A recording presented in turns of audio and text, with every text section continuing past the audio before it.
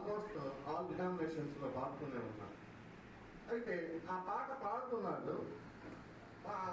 అతను పేరు చెప్తే మీ అందరికి కూడా జ్ఞాపకం వస్తుంది. అతని పేరు జడ్సన్ వ్యాన్ డివెంటా అంటారు. జడ్సన్ వ్యాన్ డివెంటా అనేటువంటి వ్యక్తి ఒక పాటని రాశాడు, ఇంగ్లీష్ లో అద్భుతంగా రాశాడు. All to Jesus I surrender, all to him I freely give. యేసు స్వామి, నీకు నేను నా సమస్తమును ఇచ్చాను, తీసివేతును లోకాశలు నాలో నుండి, నన్ను చేర్చుము ఇప్పుడే అని ఆ పాటని సమర్పించాడు. ఆ పాటని సమర్పించిన తర్వాత ఇప్పుడు అందరు కూడా పాడుతూ ఉన్నారు.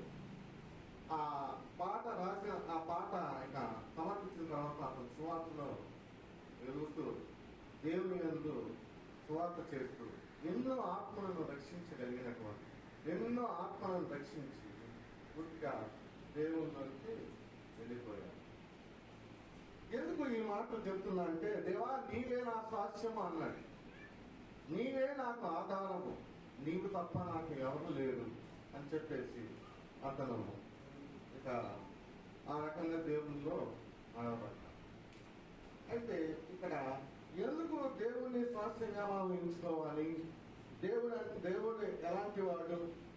ఆయనలో ఉన్నటువంటి గొప్పతనం ఏంటి? ఆయనలో ఉన్నటువంటి మహత్యం ఏంటి? మన బైబిల్ గ్రంథంలో చూస్తే ఆది కాండము నుంచి ప్రకటన గ్రంథము వరకు ఆయన యొక్క గుణ లక్షణాలను మనం చూడగలం. ఎవరైనా అడిగితే మీ దేవుడు ఎలాంటి వాడు, మీ దేవుడు గొప్ప దేవుడు అంట కదా అన్నప్పుడు ఆది కాండం నుంచి చాలా మంది చెప్పండి. ఆది కాండం నుంచి ప్రకటన గ్రంథం వరకు చదివితే, నేను అన్ని కూడా చదవను, ఒక ఆది కాండము ఒక ప్రకటన గ్రంథం వరకు మీకు చెప్తాను. ఆది కాండములో మన ప్రభు అయిన యేసుక్రీస్తు మనకి సృష్టికర్తగా కనపడతాడు. ఆ ఆది కాండం మొత్తం చదివి ఆ రీతిగానే ఒక నిర్గమాకాండం కూడా చెబుతాం. ఆయన పస్కా గొర్రెపిల్లగా మనకు కనబెడతాడు. ఐగుప్తు దేశం నుంచి పస్కా గొర్రెపిల్ల ఏ విధంగా ఇశ్రాయేలు పిల్లల్ని విడిపించిందో, యేసుక్రీస్తు ప్రభు మన అందరి కోసం సిలువలో మరణించడం ద్వారా ఆయన మనకి రక్షణ కార్యాన్ని సంపూర్తి చేశాడు. లాస్ట్ ప్రకటన చెప్తాను. ప్రకటన గ్రంథం అంతా కనుక మనం చదివినట్లయితే, మన రాజులకు రాజుగా ప్రభువులకు ప్రభువుగా యేసయ్య మనకు హల్లెలూయా చెప్పండి. రాజులకు రాజుగా ప్రభువులకు ప్రభువుగా మనకి కనిపిస్తాడు. ఆది కాండం నుంచి ప్రకటన గ్రంథం వరకు యేసుక్రీస్తు యొక్క ముఖాన్ని, ఆ ముఖ చిత్రాన్ని బైబిల్లో చూస్తూ ఉంటాం.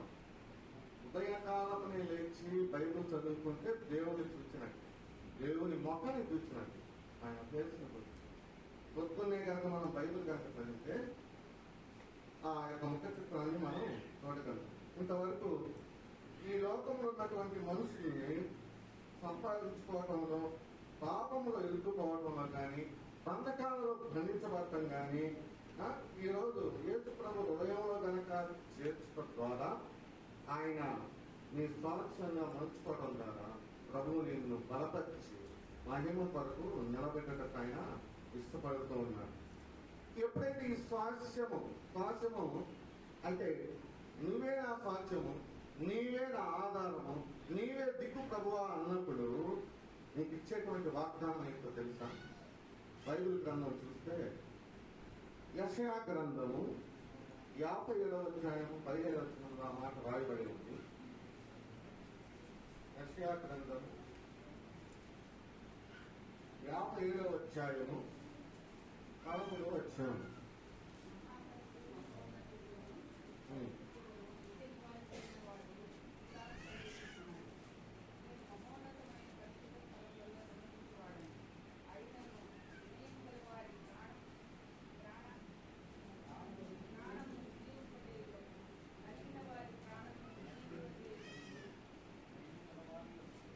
నేను చదువుతున్నాను వినండి. యెషయా గ్రంథము 57వ అధ్యాయము 11వ వచనములో నేను చివరి మాట చదువుతున్నాను. నన్ను నమ్ముకున్న వారు దేశమును స్వతంత్రించుకొందురు, నా పరిశుద్ధ పర్వతమును స్వాధీనపరుచుకుంటారు. సో ఇక్కడ మీరు ఎప్పుడైతే ఆ తీర్మానము తీసుకున్నారో, నీవే నా స్వాస్థ్యము ప్రభువా, నీవే నాకు ఆధారము ప్రభువా అని ఎప్పుడైతే మీరు ఆ తీర్మానం తీసుకున్నాక దేవుడు నీకు ఇచ్చేటువంటిది ఏంటి? నన్ను నమ్ముకున్న ప్రజలు దేశం అంతా స్వతంత్రించుకుంటారు, నా పరిశుద్ధ పర్వతంను స్వాధీనపరుచుకుంటారు. దేవుని ప్రజలు దిగువ ప్రాంతంలో ఉండేవారు కాదండి. దేవుని ప్రజలు ఎత్తైన ప్రాంతంలోనే ఉంటారు, పర్వత ప్రాంతం. నేను దిగువ ప్రాంతంలో ఉండే మనుషులు కాదు, ఎత్తైన ప్రాంతంలో నేను నిన్ను నడిపిస్తాను అంటున్నాడు. దేవుని ప్రజలు దిగువ ప్రాంతం కాదు, ఎత్తైనటువంటి దాంట్లో నిలబెడతాను అంటున్నాడు. నా పరిశుద్ధ పర్వతం మీద నేను నిన్ను చూడండి, నీవే నా స్వాస్థ్యం ప్రభువా, నీవే నా ఆధార ప్రభువా అన్నప్పుడు అసలు నాతోనే పర్వతం మీద ఎక్కిస్తాను అని అన్నాడంటే అది ఎంత విషయం, అసలు మంచి అసలు అంతనే కలుస్తుంది. అయితే మీకు దక్షిణ విషయం చెప్తాను. ఒక రాజు గారంట బయటికి, అంటే ఆ ప్యాలెస్ నుంచి బయటకు వచ్చి ప్రజల్ని దర్శిద్దామని వస్తారు. ఆ బయటకు వచ్చినప్పుడు ఆ రాజు గారు ఒక డబ్బుని కొంత ఆహారాన్ని తీసుకొని వస్తున్నాడు. సరే వస్తూ కొంత దూరం వచ్చాక ఉన్నటువంటి ఆహారము ఆ యొక్క డబ్బు కూడా మొత్తం అంతా అయిపోయింది, కంప్లీట్ అయిపోయింది, ఖాళీ అయిపోయింది. ఖాళీ అయిన తర్వాత కొంచెం దూరం నడుచుకుంటూ వెళ్తుంటే అక్కడ ఒక సరస్సు ఉంది, కొలను. ఆ కొలంలో జారి పడిపోయాడు. బహుశా రాజుగారు అంటే ఏదొచ్చి ఉండొచ్చు, కానీ అక్కడ పరిస్థితులు, అక్కడ ప్రభావాలు మరి ఏమయ్యామంటే తెలియదు. కానీ ఆ దారి మీద వెళ్తున్నటువంటి ఒక ముసలాయన వచ్చి చూశాడు. తర్వాత పడిపోయాడు ఎవరు, అది రక్షిస్తాను వస్తున్నాడంట. అయితే అతను రక్షిస్తానికి వచ్చాడు. మరి అతను ఆ రాజుగారు అతనికి ఫ్రెండ్ కాదు, అతని ఎవరు, అతని బంధువు కాదు, అతని స్నేహితుడు కాదు, ఎవరో పొరుగు వాళ్ళని సహాయం చేద్దామని అపస్నాయం వచ్చారు. వచ్చి సహాయం చేసి బయటకు తీసుకుని వచ్చారు. రాజుగారు ఏమంటున్నారు, అయ్యా కృతజ్ఞతలు, అయ్యా నీకు కృతజ్ఞతలు తెలియజేస్తాం, నన్ను రక్షించినట్టు, నీకు రక్షించావయ్యా, నన్ను కాపాడినట్టు థ్యాంక్స్. ఎందుకు అయ్యా థ్యాంక్స్ అని అర్థం ఆయన అంటారు. ఏదో ఆపదలో ఉన్నాను కదా, నేను రక్షించడానికి వచ్చాను చూసి అని చెప్పేసి అన్నప్పుడు రాజుగారు అంటాడంట, రేపు పొద్దున్నే బయలుదేరి రాజుగారి అంటే ఏమో తెలియదు, రాజుగారు ప్యాలెస్ దగ్గరికి రా, అక్కడ కలుసుకున్నాను. నేను చిన్నవాడిని, పేదవాడిని, సామాన్య మానవుడిని, నన్ను రాజుగారి ప్యాలెస్ కలమంటున్నారేంటి అని అనుకుంటున్నాను.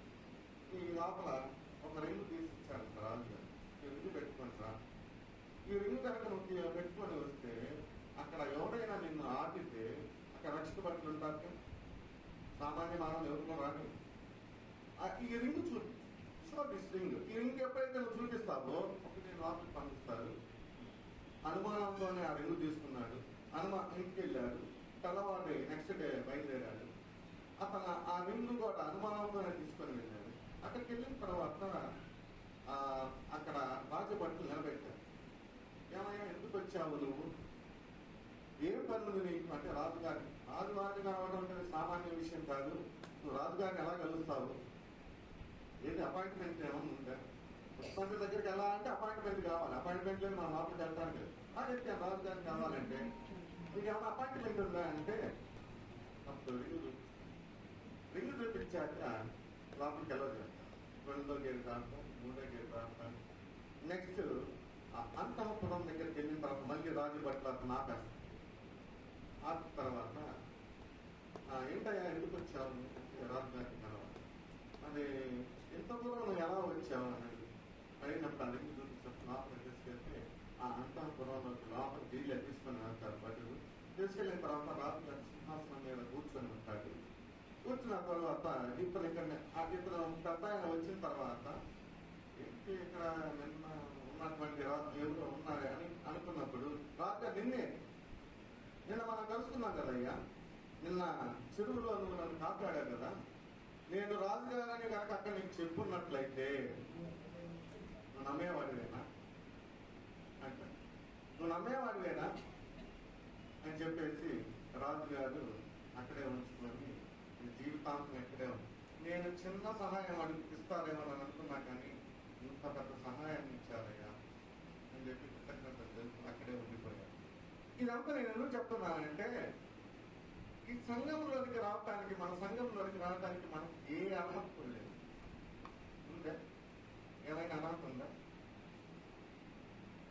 మన డబ్బులు పనికిరావు, మన జ్ఞానం పనికిరాదు, ఏది కూడా పనికిరాదు. ఈ సంఘంకి వచ్చామంటే మీ యొక్క యేసుక్రీస్తు దేవుడు రక్తం ఉండబట్టి మనం వచ్చాం. మనలో ఎంతైనా కొంత యేసుక్రీస్తు రక్తము ప్రవహించబట్టే ఇక్కడికి వచ్చాం. రక్తము లేనిది మనము రాలేదు. సో నీవే నా స్వాస్యము, నీవే నా ఆధారము అన్నప్పుడు చూసారా ఎంత, నా పర్వతం మీద నేను ఎక్కిస్తాను అని అది వాగ్దానం. స్వతంత్రించుకొందురు, నన్ను నమ్ముకున్న వాళ్ళ దేశమును స్వతంత్రించుకొందురు, నా పరిశుద్ధ పర్వతం మీద స్వాధీనపరుస్తాను. రెండో తీర్మానంలో పడతాం. కీర్తన గ్రంథము 18వ అధ్యాయము 29వ వచనం చూసినట్లయితే,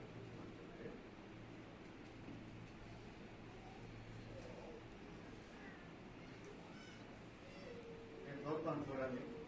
నీ సహాయం వలన నేను సైన్యమును జయించును, నా దేవుని సహాయం వలన ప్రాకారములను వాడును. ఎవరి సహాయము? దేవుని సహాయం.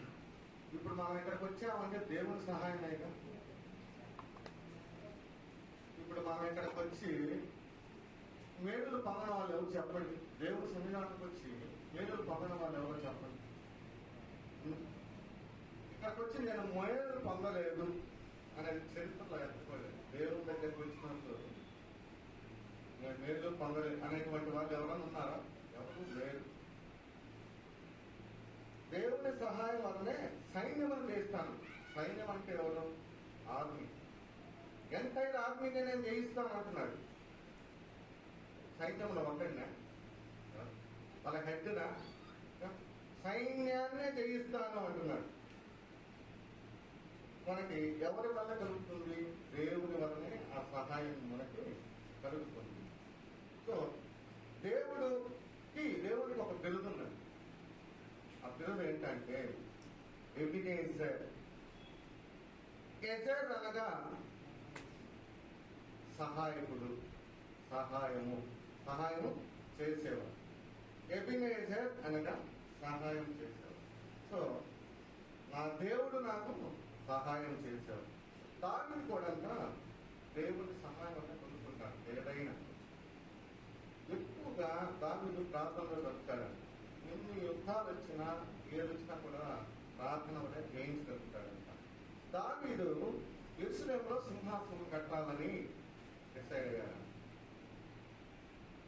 ఆ సింహాసనం కట్టాలంటే అక్కడ ఎవరున్నారంటే పైన పర్వతం మీద ఎక్కువ స్త్రీలు ఉన్నారంట. వారంటారంట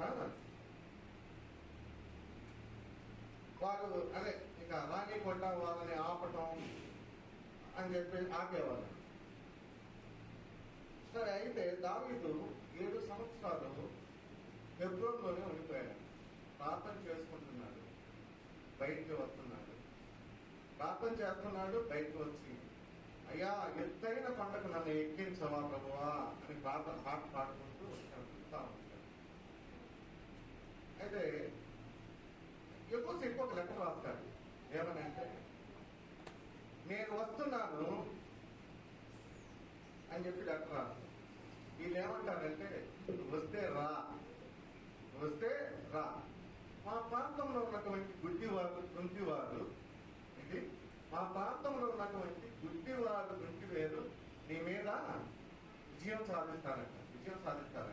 గుడ్డివారు అంటే నేర్పర్లతో కూడా అవసరం లేదంట. అయితే దావీదు ఎవరి సహాయంతో వెళ్తాడు? దేవుని సహాయంతో వెళ్తాడు. దేవుని సహాయంతో వెళ్ళాడంట. వాళ్ళని మంట కలిగించి సింహాసనంలో వేసి దావీదు కొమ్మని పెట్టి దేవునికి అప్పచెప్తాడు.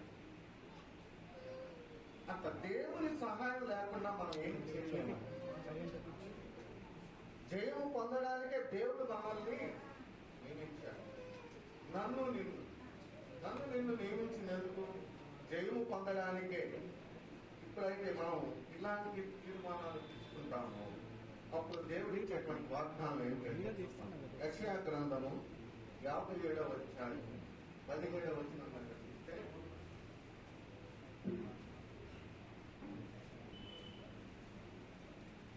చూస్తున్నాను, నీకు విరోధంగా రూపొందింపబడిన ఏ ఆయుధములు, చూసారా, దేవుని సహాయం లేకుండా మనం ఏం చేయలేం. ఏ ఆయుధం కూడా వద్దు కదండి. విరోధులు ఎక్కడ ఉన్నారు చెప్పండి? మన పక్కనే ఉన్నారు.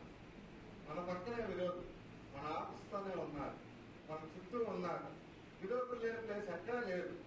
అయితే నువ్వు ఎప్పుడైతే దేవుని సహాయం కోరుతున్నావో అప్పుడు నీకు ఏ ఆయుధం కూడా వర్తిల్లదంట. ఏ ఆయుధము కూడా వర్తిల్లదు. నెక్స్ట్ 3వ తీర్మానానికి వద్దాం. 3వ తీర్మానం కనుక చూసినట్లయితే కీర్తన గ్రంథము 26వ అధ్యాయము 6వ వచనం.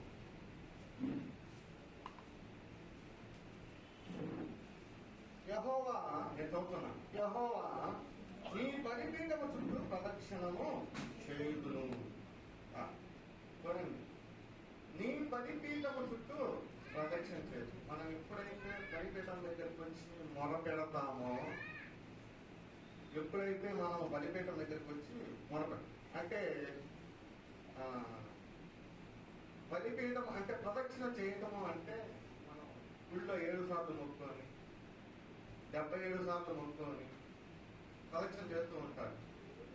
నేను 8 సార్లు మొక్కున్నాను, 8 సార్లు తిరుగుతాను. అట్లా ఏమంటే అలవాట్లు మార్చుకోవాలి మనం కూడా. సంఘంలో కూడా అంటే చర్చిలో కూడా కొన్ని చుట్టూ తిరుగుతూ ఉంటారు. చూసారో లేదో లేదు, నేను చూశాను. చుట్టూ తిరుగుతానే ఉంటారు. అవన్నీ కూడా మనము. అయితే దేవుని యొక్క బలిపీఠం 3 విషయాలు మీ ముందు తీసుకొస్తున్నాను. బలిపీఠము చూసినప్పుడల్లా మనకి ఏం గుర్తు జ్ఞాపకం రావాలంటే ఆయన యొక్క త్యాగమును గుర్తు చేసుకోవాలి. రెండవది, బలిపీఠము చూసినప్పుడల్లా మనకి క్షమాపణ గుర్తు రావాలి. ఫర్గివ్నెస్, క్షమాపణ గుర్తు రావాలి. మూడవది సహవాసము. మనం ఇక్కడ కూర్చున్నాం కదా, అంటే సహవాసము దగ్గరగా ఆ బలిపీఠం దగ్గరికి రావాలి. ఇవి కనుక మనము ఈ విధంగా కనుక మనం చేస్తే, ఈ తీర్మానాలు మనం తీసుకుంటే ఆ బలిపీఠం దగ్గరకు వచ్చి మనం మొరపెట్టినప్పుడు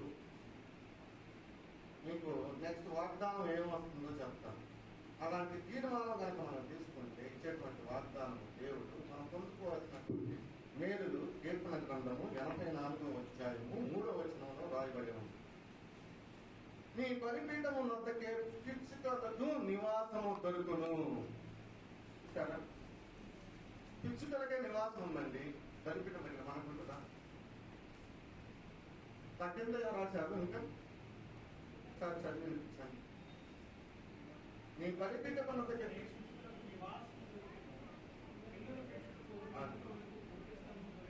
చూసారా, పిల్లలు పెట్టుటకు కూడా మల్టిప్లికేషన్ అంటే పిల్లలు పుట్టుటకు కూడా బలిపీఠము. అక్కడ 2 పక్షులను వాడుకున్నారు, 2 బర్డ్స్. అక్కడ ఒకటేమో పిచ్చుక, రెండోది వచ్చేసరికి వానకోవిల. పిచ్చుక దేనికి సాదృశ్యము? స్మాల్ బర్డ్, చిన్నదానికి సాదృశ్యం. వానకోవిల అనేది రెస్ట్లెస్నెస్, అసలు అది ఇంకా నీటి పని తిరుగుతానే ఉంటుంది. చూశారు లేదు, ఇంతకుముందు పిచ్చుకలు ఉండేవి. మేము చిన్నతనంలో మా ఇంట్లో కూడా పిచ్చుకొచ్చి, మరి ఇప్పుడు అంతరించిపోయింది. అంటే పిచ్చుకలకు కూడా మనం గింజలు వేసే పరిస్థితుల్లో లేవు. అంటే మనం కూడా వానకోవిల వల్ల రెస్ట్లెస్ లాగా తిరుగుతానే ఉన్నాం. ఉద్యోగాలు అనుకుంటా అటు ఇటు మనం పరిగెడతాం, రెస్ట్లెస్. ఆ పిచ్చుకని స్పారో అంటారు ఇంగ్లీష్లో. వానకోవిల అనేవి స్పారో అంటారు. సో ఇది కోరహ కుమారులు మాట్లాడినట్టు. ఆ పిచ్చుకలు ఎప్పుడైతే మన బలిపీఠం దగ్గరికి వచ్చి చూసారు, పిచ్చుకలు అంట పిల్లలు పెట్టుటకు, దాన్ని రెట్టింపు చేయుటకు దేవుడు వాటికి కూడా అవకాశాన్ని ఇచ్చాడు. మనము కూడా ఆ బలిపీఠం దగ్గరికి కనుక వచ్చినట్లయితే మీకేం దొరుకుతుంది? ప్రశాంతత దొరుకుతుంది. నేను కూడా చాలా అంటే దేవుడి సన్నిధిలోకి వెళ్ళినప్పుడు గమనించాను, ఎంత ప్రశాంతత దొరుకుతుందంటే పాస్ గారి వాక్యం చెప్పు ప్రశాంత్ అన్నప్పుడు ఇది 1 year నుంచి చెప్పగల ప్రశాంత్ చెప్పన్నప్పుడు నాకు ధైర్యం తగ్గిపోతాను. ఇదే నేను మొదటిసారి వాక్యం చెప్తాను. సాంగ్స్ అయితే పాడతాను. నర్సరావుపేటలో మేరీ చర్చ్ మెమోరియల్లో కొయర్లో కూడా ఉన్నాను. కేఎఫ్ పాల్ గారు టైంలో కూడా నేను కొయర్లో ఉండి పాటలు పాడాను. సాంగ్స్ అయితే పాడగలను కానీ వాక్యం అయితే చెప్పలేదు. అయితే అన్నగారు ఏమంటారంటే ఒకటే ఒక మాట అంటారు, ధైర్యాన్ని ఇస్తారు ముందు ఫస్ట్. నాకైతే ధైర్యాన్ని ఇచ్చారు. లేకపోతే నేను ఇక్కడ నిలబడి చెప్పను. ఫస్ట్ దేవుడు ఇచ్చాడు, తర్వాత